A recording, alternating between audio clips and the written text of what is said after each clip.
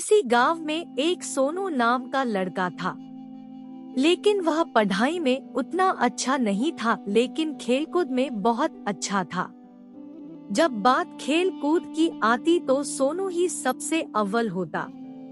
अपने गांव में ही नहीं, सोनू ने दूसरे गांव में जाकर भी कई खेल प्रतियोगिता जीती थी और अपने गांव का नाम रोशन किया था। सोनू रोज सुबह उठकर लंबी दौड़ लगाता और सबसे बड़ी कुशलता सोनू की ये थी कि वो 16 फीट लंबी छलांग मार दिया करता था। उसकी बहादुरी देख के लोग दांतों तले उंगलियां दबा लिया करते थे। सोनू 16 फीट का छलांग मार देता था, गांव का कोई भी बच्चा उसका मुकाबला नहीं कर पाता था। दूसरे प्रतिभागी उसके आसपास भी नहीं कूद पाते थे। एक बार अखबार में खबर छपी कि किसी गांव में एक प्रतियोगिता है, उसमें जो लड़का 13 फीट लंबी छलांग मारेगा उसे 1 लाख रुपए का इनाम मिलेगा। बस फिर क्या था, सोनू अपने मित्रों के साथ जा पहुंचा प्रतियोगिता में भाग लेने।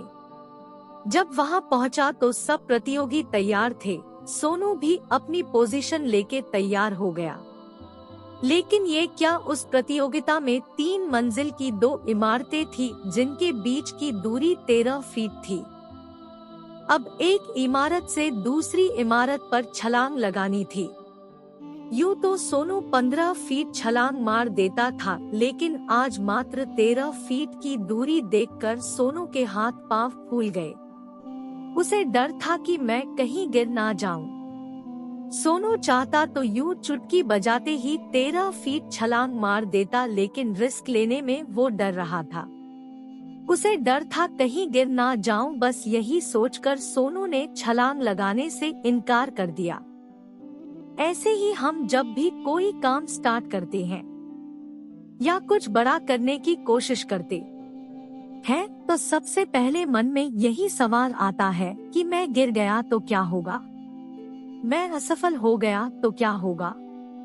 ये डर हमारे अंदर की क्षमता को दबा देता है और हम क्षमता होते हुए भी कुछ नहीं कर पाते, क्योंकि हम रिस्क लेने से डरते हैं।